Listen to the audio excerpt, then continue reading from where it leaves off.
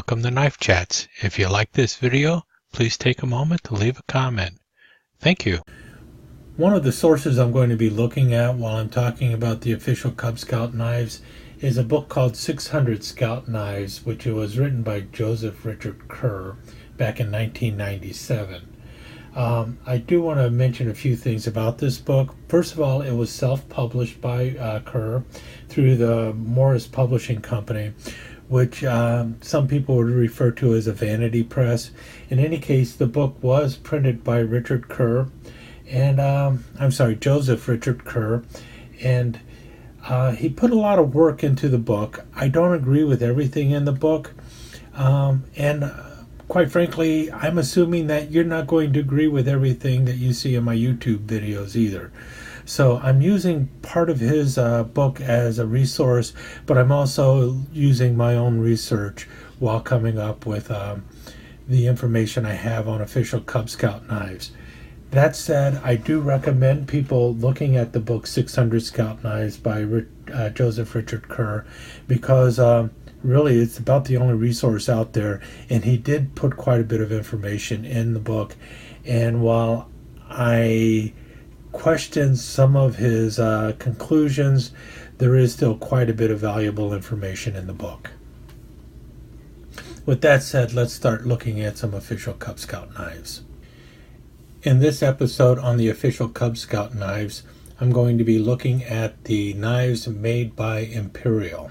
There's some debate on if Imperial had made the first official Cub Scout knife or if those honors go to Camillus. I'm not going to debate that in this particular video. I will save that for a later video. For right now, I'm just going to look at the knives that Imperial made for the official Cub Scout knives.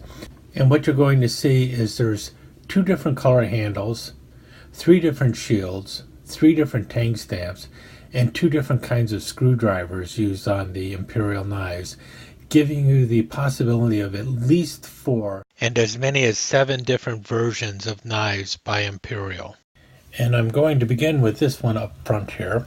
If you notice, it has a black handle and it has a Cub Scout shield that is a little proud. It stands above. There is no enamel coating, and you see it's a Cub Scouts BSA with the 4-toe print on it. You have a blade that does not lock, and that is something you will see in all of the Imperial knives.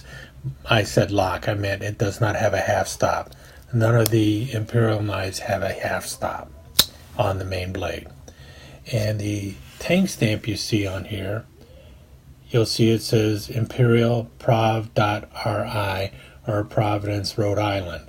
And this is a tang stamp that was used from 1936 to 1952, but this shield dates the knife to no earlier than 1948. Some sources say actually possibly as early as 1946, but most likely 1948.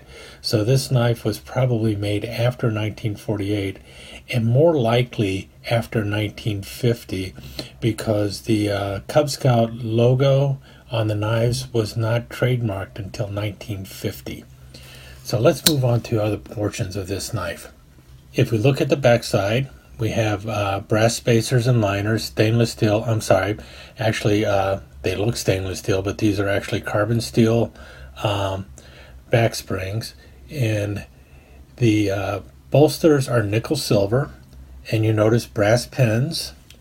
And also you notice the brass liner here with the press, which is for locking the back tools, which include your reamer or punch.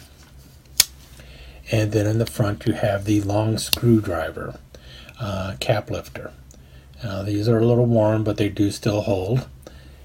And I believe these were the first ones that were made, the ones that had the nicer shield than the one that shows up later. And I think that's because at the time Imperial can afford to do that. And you also notice that, like all of the Imperial knives, there's 3 pins holding the plastic handles on. And this one is in really exceptional condition. If you can see here, you can barely make out the official knife and then the Cub Scout logo on the blade, showing that this was actually used in the very first official Cub Scout knives, and it changed very little over time. And as you can tell, also permanent bolster on, a permanent bail or shackle on the knife. And this is probably one of the earliest ones made, most likely 1948 to 1950 maybe. And like I said, black handle, 3 pins, brass liners, and carbon steel blades. Next in line is the Imperial knife that uses the enamel shield, this silver tone enameled shield.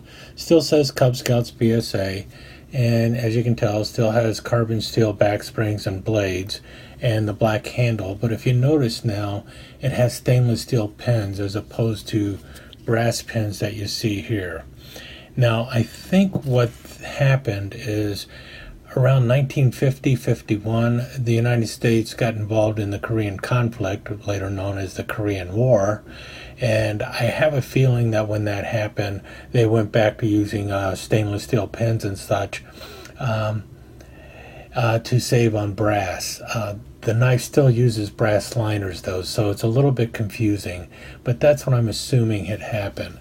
The knife still uses the Providence RI tang stamp, so same tang stamp as the earlier knife, and other than the new shield and the stainless steel pins, it is the same knife. But as you can tell, the shield does not look nearly as nice, and that could very well be because of the Korean War going on. And so otherwise the knife is about the same, still using black plastic, and as you can tell, this one, there's a little shrinkage on that celluloid. This knife definitely saw more use, and the blade edge is missing on it. Okay, next up, we still have a black handle. We still have the silver tone enameled shield, but if you notice, we're back to using brass pins. Still carbon steel blades and liners, and back springs and brass liners and everything. Same shackle. And the only difference now is the tang stamp is the newer, if we can get it here, the Imperial 1 tang stamp, which reads Prov USA. But Imperial started using this tang stamp as early as 1946, and it was used until 1956. So this could be, and if you notice this one, the blade is very worn. In any case, it seems to me, I think this one was probably used a little bit after the Korean War, so maybe 54, 55. But the thing is you also find the Providence RI tang stamps with brass pins, and you find these with stainless steel pins. So one of those things that you see, I can still go out there and probably find a Providence RI with this shield and brass pins, and I can find this knife with stainless steel pins and a Providence USA tang stamp. So these knives were being made basically at the same time using the same tang stamps. This brings us to the last of the Imperial official Cub Scout knives. And if you notice, the first thing you'll notice right away, even just looking at it, is the shield suddenly turns gold tone instead of silver tone. And you see also that they're back to brass pins, but also there's a major difference in the handle. The handle is now blue instead of black. And this leads people to wonder exactly when the knife came out. If it was a knife that was made after Camillus started making official Cub Scout knives or not. And that is a question that we'll be talking about in another one. But let's just look at the Imperial knife for right now. The big difference is you have the Imperial tang stamp that has changed, and this is the tang stamp that they used from 1956 to 1988. So we know that the knife was made after 1956, and most people, I think most say that it was made in the 1960s, probably up until 1965, which might mean that this indeed was made after Camillus had started making a few knives also. And one of the big changes in it is it has the short screwdriver cap lifter compared to the longer screwdriver cap lifter in all of the other early Imperial knives. But it still has, if we can see here, it still has a blade that has no half stop. And every Camillus knife ever made has a half stop. None of the Imperial knives have a half stop. So the question is, would the Cub Scouts go back to the Imperial knife that does not have a half stop after they had adopted the Camillus knife with a half stop? Or did this knife predate all of the Camillus knives? And that is going to be a topic that is up to debate on my next video on official Cub Scout knives. Which came first, the Camillus or the Imperial? So in conclusion, we looked at 4 different knives, but really there's just 3 different official Cub Scout knives by Imperial, and there's 7 different variations. So let's recap. First up is the knife with the raised shield, and I have versions that have the Prov RI tank stamp, but the book by Joseph Richard Kerr, the 600 Scout book, says that this knife usually comes with a Prov USA shield or tank stamp. I have never seen this knife with a Prov USA, so I'm just going by Kerr's word that it exists. Every knife I've seen with this shield has been an RI type of knife. Next is one of the enamel silver tone shields, and this one is with the Providence RI tank stamp also. And these will either have a steel pin or a brass pin. So those are the 2 options you'll have. Again, it's a black handled knife, but it may have steel pins or brass pins. So that's 3 choices, actually 4 choices now. 2 choices in this one, 2 choices in this one, based on either steel pins or brass pins.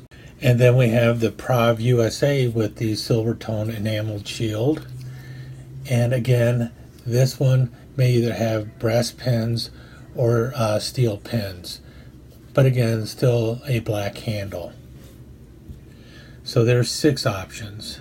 And then finally, we have the ones with the dark blue handles, the short screwdriver instead of a long screwdriver. All the other ones have a long screwdriver cap lifter, and the brass tone enamel shield, and this one will have your brass pins. And this is the last of the Imperial knives that were made for the official Cub Scout knives, and all official Cub Scout knives have a main blade that does not have a half stop, as opposed to the Camillus knives, which have a half stop.